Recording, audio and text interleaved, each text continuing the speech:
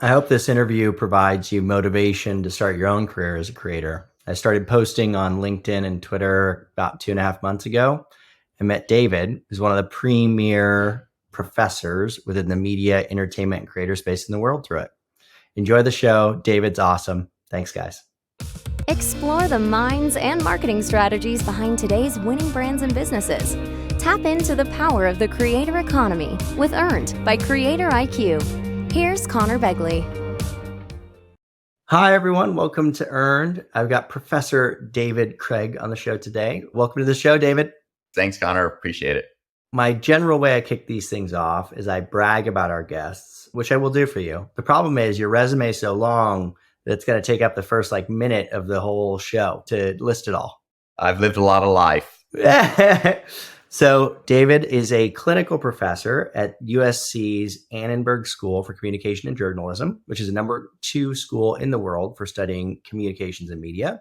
Also visiting scholar at Shanghai Jiaotong, as well as an Emmy-nominated producer and TV executive. I think your shows, series, books, etc., have been nominated for over 70 Emmys, Golden Globes, Peabody Awards. And you've also written 3 books, Creator Culture, Social Media and Entertainment, as well as Wang Hong as Social Media Entertainment in China. You got a lot done. This is like 2 or 3 careers in one. I don't know how you pieced it all together.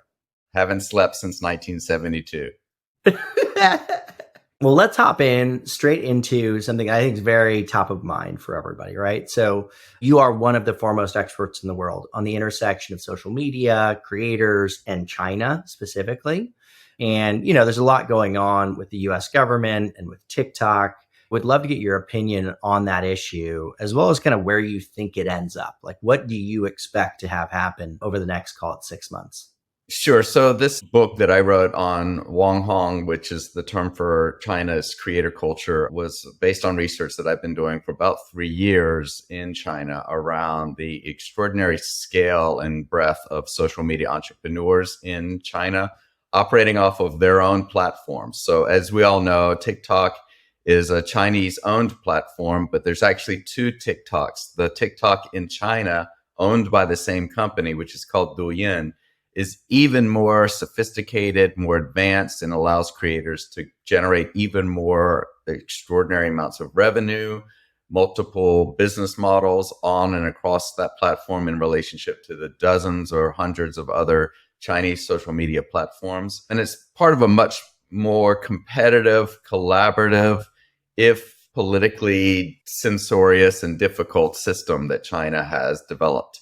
In writing that book, it not only became clear that the platforms were more evolved and the creators were more lucrative, but that the government was very centrally involved in what was going on with the platforms in China, and that combination of the success of the Chinese creator culture, as well as the emerging and rapid uptake of Chinese platforms outside of China, like TikTok, was going to cause some difficulties for the West, particularly here in the US. And we already saw, for example, that India overnight banned all Chinese platforms. Boom, overnight. And they have that capacity because of the way their government works. Our government is a little more complex and challenging, and so decisions don't get made quite as rapidly. And that's probably a good thing in this instance. So we've already witnessed, for example, a country like India ban all Chinese platforms, particularly social media. But what was also curious, or rather not so fascinating or maybe obvious, is that the exact same time this occurred, India launched their own competing alternatives for that social media. And what we witnessed was the emergence of, we call this platform nationalism, this idea that everyone's looking at what China has succeeded with their Great Chinese Firewall, with their more accelerated advanced technology, particularly in this space, with the ability of almost everyone in the country to use these platforms to bring products and services to market, but also the ease with which China has to also survey and observe and sometimes censor what goes on these platforms is something that the rest of the world is amazed and marveled by and threatened by, and in particular the US and Silicon Valley is freaked out about. So, for the last years, the biggest advocate for banning TikTok has been Zuckerberg. openly, vocally, very loudly claiming this is a threat to us as a country. They offer up a huge peril to us as a society because of the ability to use our data, to manipulate the platform, any number of kinds of potential threats that may be posed by having Western US Americans spending all their time on a platform that is controlled and owned and manipulated by not only a Chinese corporation, but the Chinese government. Of course, buried in that whole argument is the obvious. Facebook, Meta, Google, YouTube, they're all aware of the extraordinary success that these platforms have had at securing users, creating value for creators, building and scaling at a pace and a speed that we've never witnessed before. And so there's a reason why they have lobbied the government very hard to shut the platform down. But then, of course, there are another set of very serious, larger geopolitical issues that have risen between the US and China. And there is a fast growing, what we call a Washington consensus around the threat of China to our global domination economically, militarily, socioculturally, and politically. And so the rising tide of opinion against TikTok is part of a much larger set of issues that we are facing around the emergence of potentially a new Cold War, like we had in the 20th century with the Soviet Union, but now with a much more powerful and economically threatening kind of nation, because China has the second largest GDP in the world and has been growing at a pace faster than any other economy. So all of these larger geopolitical issues, along with the very real envy that Silicon Valley has for how ByteDance and TikTok produced the next generation of social media that caught everyone blindsided in Silicon Valley, has led us to where we are today, with the very real probability that the government may decide to shut the whole thing down. I love the way that you framed that. I actually had no idea, and I'm in this business, I had no idea that India had launched their own competing social networks, which makes sense. And I think the underrated element that people don't really talk about, or doesn't get talked about as much, a lot of it gets framed in like security and privacy, et cetera. But actually, the most powerful part is the ability to like shape the narrative. It is essentially propaganda. I remember there was a study that showed that people that were on TikTok had a much more favorable view of CCP, in the same way that I'm sure people that are on Meta tend to have a much more favorable view of the US government. They get to have that influence and that control. It's fascinating. It's weird to think about it being almost essentially weaponized as a tool for shaping public opinion. The irony here is that the US platforms have witnessed a huge number of successful Chinese creators operating across them. They're framed as more traditional Chinese creators like Li Qiqi, who does cooking and clothing and lifestyles from rural China. And they are exquisitely produced, very fascinating, beautifully generated videos on YouTube that scale into the millions. The truth of the matter is we have more reason to suspect that China may have been advocating for Chinese creators of a certain kind, the kind that reflect very positively on China as a culture and society, have been advocating for them to go onto Western platforms for some time now. So in that regard, I don't want to get too academic, but that refers to this concept of soft power, the idea that, and it was something that happened that was raised around American society, that we used our movies and our television to go out around the world to reflect American values and society in the best possible way, to convince the whole world that we have discovered a better way of living and running and operating in terms of our politics and our culture and our values. China may have, in fact, already understood that same philosophy and used that to get these more approved and more valued creators, Chinese creators, to operate across all of our Western platforms. So the fact that TikTok may, in fact, have some sort of appreciable effect on how the rest of the world sees China more favorably is maybe possibly true, but is just one component of the fact that the more these platforms appeal globally to every culture and society, the more every culture and society becomes aware that there are other people living around the world who share values and interests like them.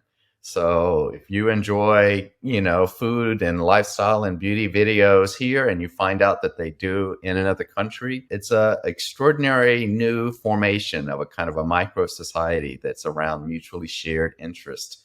And it's not always abundantly clear how much any government, whether China, India, Russia, or the US, has managed to influence or affect or accelerate or promote that type of cultural awareness across all these platforms. It's not really clear. I'm not sure how much the governments have figured out yet how to do that sort of unique kind of community building that creators do fundamentally. That's what's fundamental about what all creators are capable of. I think where it does come into play, and obviously you've followed a lot of the stuff with Elon Musk and Twitter around censorship, right? And around like, hey, deciding what can or can't be on there. I'd be curious what role, and you've talked a bit about kind of the legislative process and like them getting more involved in these social media giants that are emerging as very powerful entities. In your opinion, what role should the US government be playing in managing these platforms, and how should they be interacting? Should it be just total free speech, or should it be something that's more managed? We have 100 years of evidence of how government has typically managed media, and it is a mixed results. They have often taken a hands-off approach around certain things, but you are still not allowed to say or do some things on US media. We can go back to Janet Jackson and the Super Bowl to recall the uproar around that. There are certain words and certain activities you're still forbidden from doing. Social media has, of course, created a whole new breathtaking set of complications around the way any and all governments ought to regulate what we do. And to be fair, the US is one of the few Western liberal democracies to even have a constitution, much less a Bill of Rights that declares free speech as a guarantee. We have something that's unique to what even other Western liberal democracies have around this concept of free speech. But to be clear, we're not talking about free media. We're talking about media that is run and controlled by corporations. And corporations have their own set of interests that are, of course, about making sure that they continue to succeed at growing revenue and in scaling up. But that also involves making sure that they keep governments happy and, if possible, keep governments from intervening. So we have a very mixed, complicated, fragmented, not particularly enlightened way of dealing with media in our own country. And that's true of every country. So the EU passing any number of countless regulations about social media, while often much better intentioned, is more often than not designed around trying to thwart the threat of American influence on European society, which they've witnessed in great detail from the way American media used to dominate and continues to dominate around streaming services in Europe. So there's three complicated answers. I'm going to try to simplify it. Within the US, governance around media yet typically takes a more harms-based approach. Look what damage it's doing. Look what harm it's having. Look how it's influencing and affecting our kids and could be a bad influence. And that's one role that the government can and should play in terms of regulating social media. And they have great evidence and examples to look at, ironically, from China, who has gone about introducing a number of regulations, like not allowing children to use platforms below a certain age, or limiting the amount of time children can use social media or gaming platforms for a certain number of hours per week. Now, these are obviously very onerous and challenging kinds of harms-based effects, but we already have similar things here in the US. That's why YouTube went to all the trouble to launch their own kids platform, is because of numerous regulations we've already introduced around COPPA laws and so forth. So we already have a number of those laws in place, not in a particularly profound or sophisticated way. You have the FTC coming in and trying to regulate what influencers do around influencer marketing and transparency and making sure everyone knows they're being sold a good or a product.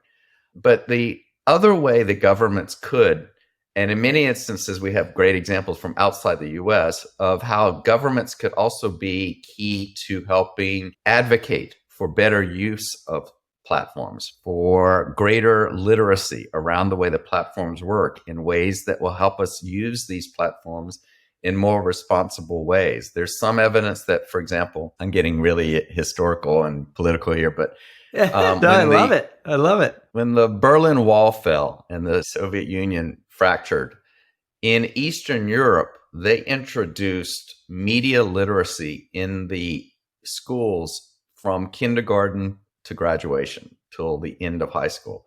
This was because they were aware that they were dramatically shifting away from a top-down, state-run media system to now a corporate-run, advertising-driven media system, and that this would have a profound impact on the way that their societies work and what their kids understood about what they were watching and hearing and seeing. We might want to consider whether or not that sort of media literacy is something we ought to be requiring and providing students now throughout our education system, as opposed to just simply looking at it through the lens of a harms-based peril around the threat of media and social media. It might be useful if we also engaged with how social media has the possibility to produce a better society, more viable, equitable society. That would be great. Obviously, I got involved in this business and you got involved in this business because of the positives, right? Because of the things we thought were powerful in terms of entrepreneurship, giving a voice to people that never had a voice before, allowing people to remove some of the middlemans that had historically inhibited participation in like film, TV, etc. That's the special stuff. And I think that's the stuff that doesn't get talked about a lot, but that's what's important. At the same time, to your point, there are things that are causing problems. There are things that take a long time to manifest too, right? Where it's like, doesn't really show up immediately. So do you have to wait until harm is shown? So let's shift a little bit. So I want to talk, your books are on the creator side of things. So very specifically the individuals. And obviously that's the business that we're in as well. And so I'd love to hear you talk a little bit about this position of being a creator. You're kind of in the middle, right? You've got these platforms that you don't necessarily want to give all of you don't want to be beholden to them, but that is how you get discovered. You've got legacy media that's competing with you almost directly now. You've got your community that you want to manage, but has their own preferences. And then obviously through all of that, you've got your desire for monetization, right? Through advertising, which if you go back to the old Social Network movie, like don't advertise, then you won't be cool. Don't advertise yet. Obviously Meta advertises quite a bit now. But how do you think about that balance as a creator? And then do you expect any of that to change moving forward? What really surprised me when I started this research 8 years ago was how evolved and complex this environment had already become. We called it a media ecology, again, another fancy academic term. And that there were so many stakeholders and so many issues that creators were navigating, from multiple platforms to multiple business models, to also the very real prospect that they could at any moment say or do the wrong thing, and the community that they have built rejects them and walks away. There were infinite numbers and examples over the last 15 years of these epic falls from grace by many of the mega creators out there. We also have numerous instances of creators suffering midlife crises right around the same time that they are leaving home. Midlife crisis at 18. Yep. It's been fascinating the speed with which their lives get and their evolution and development as humans get expedited because they've built these empires through social media. So yeah, it's a ever evolving and accelerating and increasingly complicated environment in which creators are all trying to not only create sustainable careers to support themselves for long term, including having families and making plans. Of course, the change is accelerated by the competition between the platforms, the threat of government intervention, the many evolving business models that are available to the creators, not just on the platforms, but across the platforms. And as you've cited, even off platforms, it's really, as long as the stronger the community that the creator builds, the greater the what I call fidelity with the community, the more viable it seems creators are at exploring an almost infinite number of business models. We have a lot of evidence that suggests that the influencer marketing business model is no longer the preeminent model with which creators are now able to secure revenue from the loyalty, faith, fandom, support, and strength of their community. So you have now not only subscriber platforms, but licensing and merch deals that have become almost push button and frictionless. And if we see, for example, from the Chinese model, the ability to engage in social commerce, which is different from influencer marketing, that kind of ability to enter into long-term deals with selling brands and products and services directly to their consumers and to their communities is pretty valuable. I mean, you've got creators in China who are bringing in millions of dollars in e-commerce over in a single day.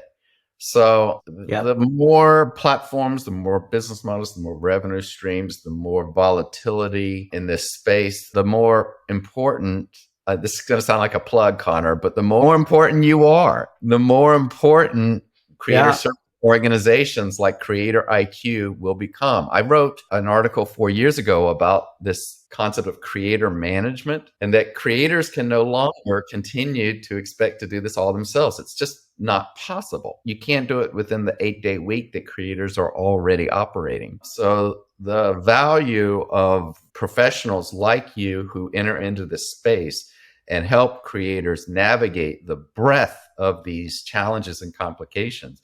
What's really odd is that for 100 years, we've had this illusion that even the biggest Hollywood movie comes down to one person who's directing the movie. But we then sit through the end credits and we see 10 minutes of rolling credits so fast you can't even read them, right?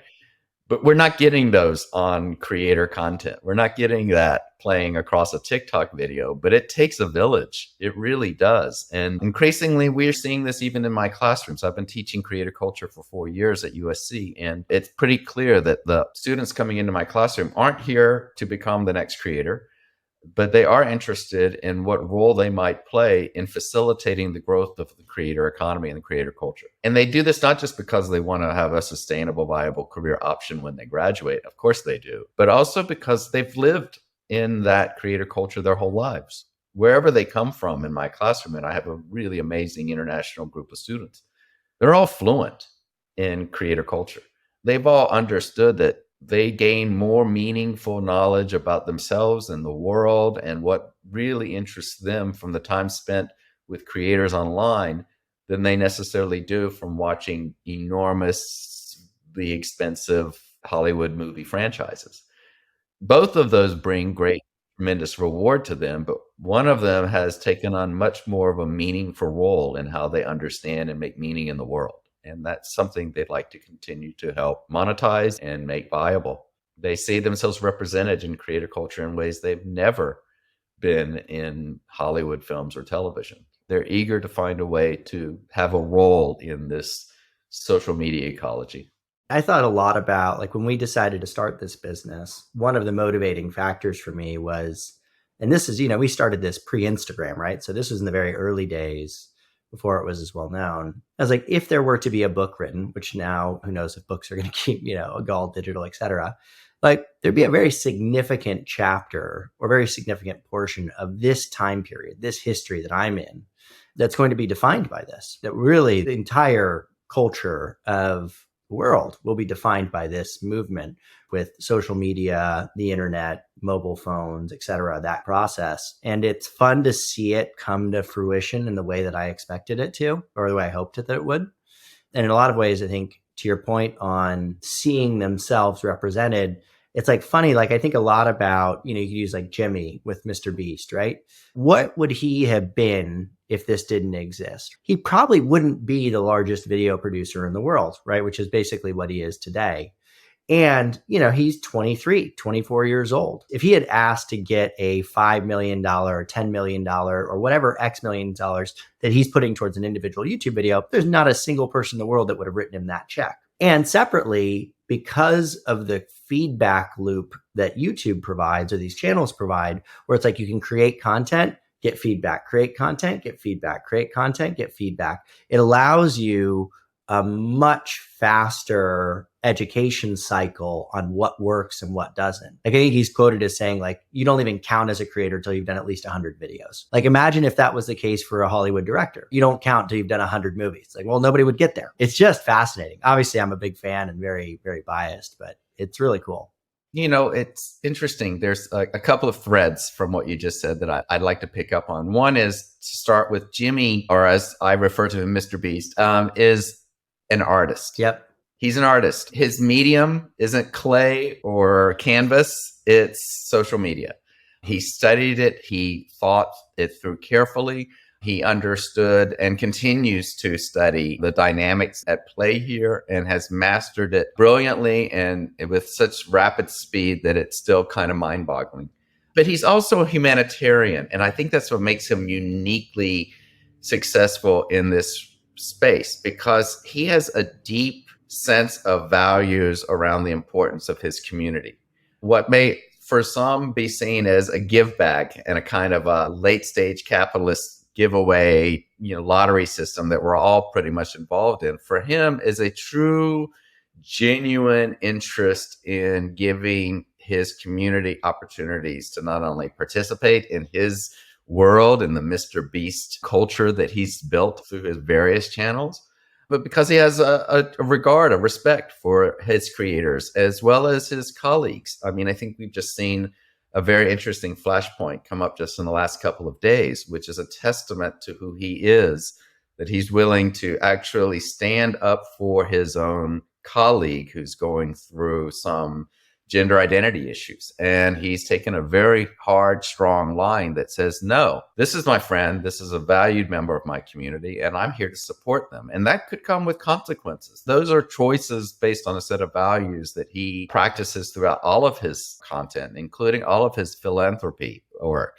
So it's kind of a remarkable thing that such a young person who would have otherwise not been given many of these opportunities in his life found a way to navigate this space so brilliantly. And I wish him tremendous success for a long time. I will also add that he's started his own program at East Carolina University, which is where he dropped out of after 1 month. And I would love to have him helping us here I'm sure we have a lot to learn from USC Annenberg. He did just speak last week at Harvard Business School. So Mr. Beast is doing it. He's rocking it. It's incredible. It does, of course, lead to other questions about, is what Mr. Beast has achieved, is that something that others are capable of? And the answer is yes and no. And the odds are probably more difficult than people would assume. He has again, very unique set of skills and dedication to this type of work that's allowed him to succeed that others just simply may not have and cannot learn. But there are opportunities that his career does represent that others might want to borrow from and better understand. And the strategies that he's used might be meaningful for many other creators who want to at least forge their own careers.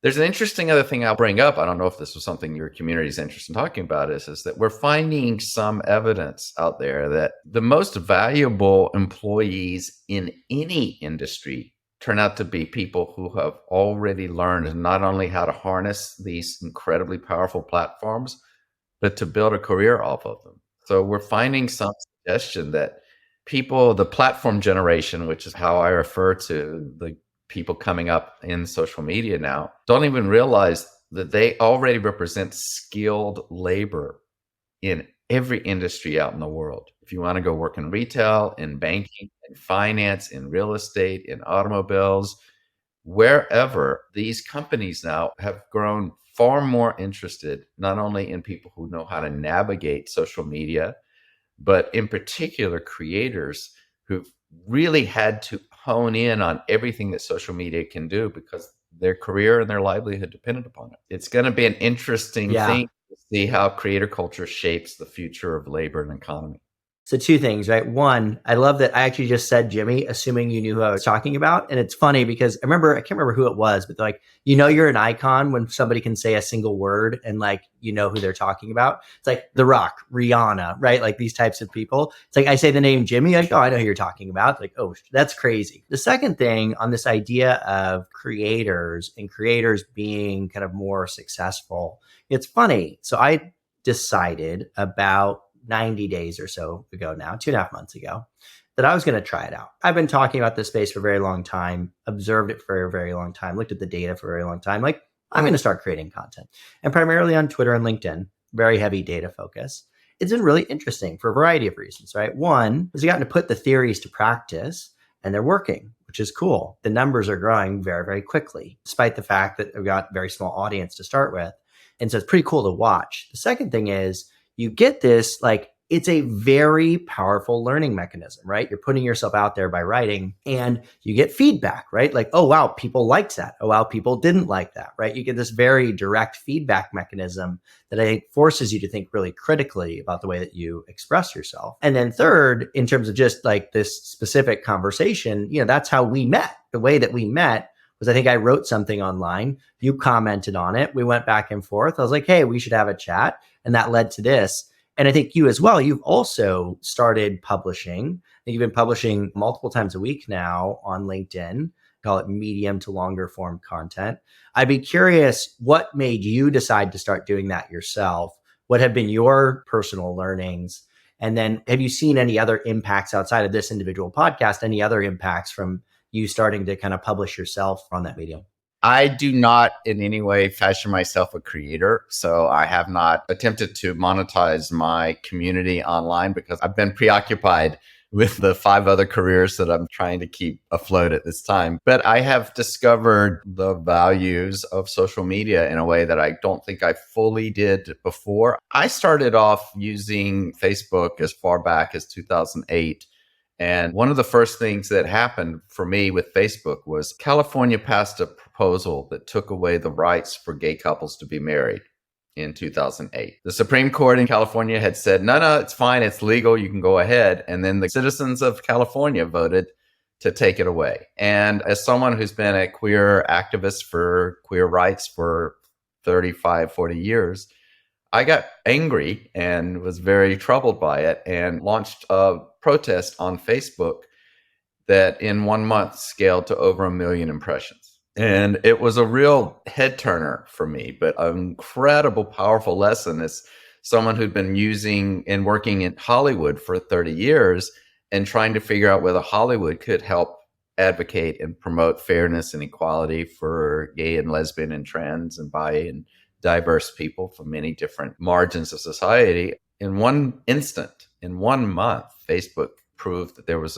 a much more powerful tool out there to raise awareness and to communicate. But it was not just simply the event. It was the 20,000 wall posts that were underneath the event of people discussing and debating whether or not gay people could have those rights. What the Bible said, what the Talmud said, what the Torah said, what the Constitution said, what the Supreme Court said, what other governments and other jurisdictions have even said about the right for marriage equality. And it became such a profound teaching tool for me to learn. I learned from all these posts that came from all over the planet of people engaging and asking questions that were related to the things that I was concerned about. That was obviously a big turning point in my teaching career and in many ways propelled me to want to study this even more. And that's why I've written these books. But I continue to try to wrestle with questions I'm having about larger concerns in the world, but particularly in creator culture. I do have a deep passion and advocacy for responsible creator culture, a creator culture that is aware of the power that creators have, but also uses that power responsibly, to borrow from a Marvel superhero. And so I've recently turned, like you, to LinkedIn to not just publish, but to ask questions, to raise some questions out there in that environment. I'll be honest, Conor, it was people like you who prompted that, because you were also doing that sort of work in this space. We weren't just simply publishing, we were asking questions. We are having a conversation. And that's the genius of the technology itself, that it allows for interactivity and engagement. People can respond, even when they like, or they give me a thumbs up or a thumbs down. There's an engagement that you get there that I never got in my career as a Hollywood producer. And I don't even always even get when I'm a professor standing in front of a room delivering a lecture. So it's just a powerful, unique communication device. It's a place where I can work out some of my ideas and test some of them out. And you know this better than anyone, coming from tech culture, Silicon Valley, everything lives in permanent beta. Nothing's going to last forever. There is no value proposition or technology or feature on any platform that's guaranteed to be there forever. And we have seen countless platforms sunset all sorts of features and services that just didn't work, or the world moved on, or a better technology came around and they've embraced that instead. And that's kind of both the genius and the chaos of creator culture, is that things come and go and move and break and bewilder at the speed of light. I'd argue, you said, I don't call myself a creator. I would argue you are. I mean, you've written books, right? By definition, I think that is creative to be a creator. You're creating things. And then separately on LinkedIn, you're creating content. People are engaging. You got thousands of people that are connected to you, right? Like, it's a meaningful thing, and probably started as far back as that Facebook post.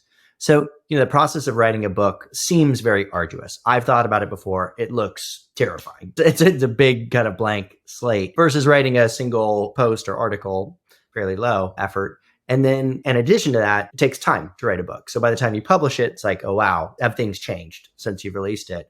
How do you think about for yourself kind of moving forward?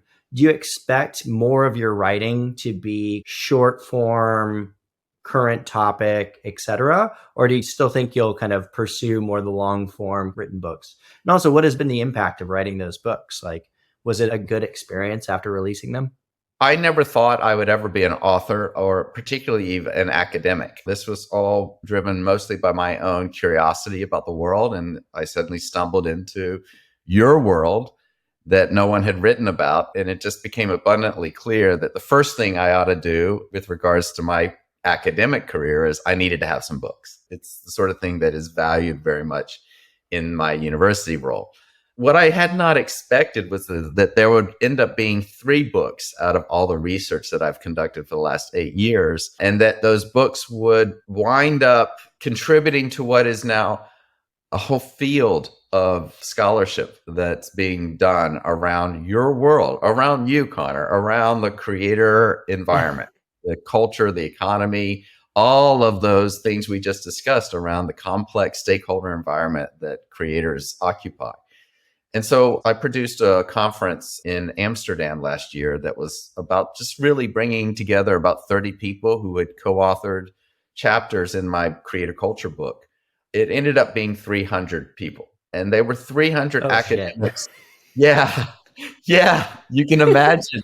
I'm trying to figure out what happened. And of course, all of these things occurred at the same time as COVID. So I've been living in a cave, writing and putting out all these books, but not exactly 100% sure if anyone's even read them. And all of a sudden, 300 people from all over the world showed up and said, oh, no, I've been studying this space too. There's a lot more questions that you never even got around to ask that we all want to know. And so it became clear that this is a fast growing area of scholarship, as well as just a fast growing economy and an industry. The second part of your question is I seem to be addicted to writing books. In fact, today I'm turning in my 4th book, which will come out this fall, which has nothing to do with creators at all. It's a TV history book that I've been working on in my spare time for the last 8 years as well. So I don't seem to be able to stop writing books, but this is a book that is actually written for a broader audience, not just academics. I find writing books very, very difficult, not always rewarding in terms of knowing who's reading or if they even care or like what you're reading. The process to go out and try to sell and market books is something that doesn't come easily for me. So that's a real challenge. The issue is I can't stop asking more questions about what's happening. I'm very curious. I'm like a cat. And the more curious, the more I write about creator culture, or particularly global creator culture, the more fascinated I seem to get, and the more questions I need to try to answer, and the more books I therefore need to write, because I think of my books less about a statement and a piece of content than it is a set of questions. It's okay, I'm wondering about this, and I went out and studied it, and this is what I found. If you read this book, come back and tell me if I missed it, or if what I found is correct, or if there's something even more interesting out there that I haven't discovered. So in some ways, I feel less like an author or an academic and more like an archaeologist or an anthropologist. If I had a drag persona, it would be Margaret Media, because I'm obsessed with what goes on in this space. And I really do love learning about creator culture, asking what makes creator culture different around the world, but also asking what is possible for creator culture in terms of maybe making the world a more welcoming, more diverse, more fair and equitable place, alongside making it a more sustainable, viable career option for the next generation. So on the topic of marketing books, I had a dinner in London and, invite clients, whatever, do the whole thing. And I invite this one woman who I've been friends with for a long time. She's like a VP of marketing at a brand called La Perla. But prior to that, she's a VP of marketing in Shiseido. And, for some reason, I looked her up really quickly. I wanted to see something about her. And then it was best-selling author. I'm like, what? And I looked up her book on Amazon, tens of thousands of reviews. I was like really highly rated. I'm like, what's going on? And so I ended up talking with her. I'm like, when did you become an author? Number one. Number two, what happened? How did you get it to blow up so effectively? It's a book called Under the Italian Moon. She'd been working on it for 14 years. Really kind of piecing together elements. Her grandmother grew up during the era of, I believe it was Mussolini, right, in Italy. And it was just about the female experience living during that time. It was a crazy, crazy time for them, right? Kind of what they went through. Anyways, on the marketing side of that book, the way that she marketed it was she took the tools she'd been using on the influencer side, went out, reached out to all of the top reviewers on Goodreads and some of the other review sites, offered them a free copy of the book, told them her story, etc. And that's what caused it to really blow up, was these kind of literary influencers, which I'm sure is kind of more common tactic now, but I was just blown away by it. I thought it was so cool. There's a way to market the next book.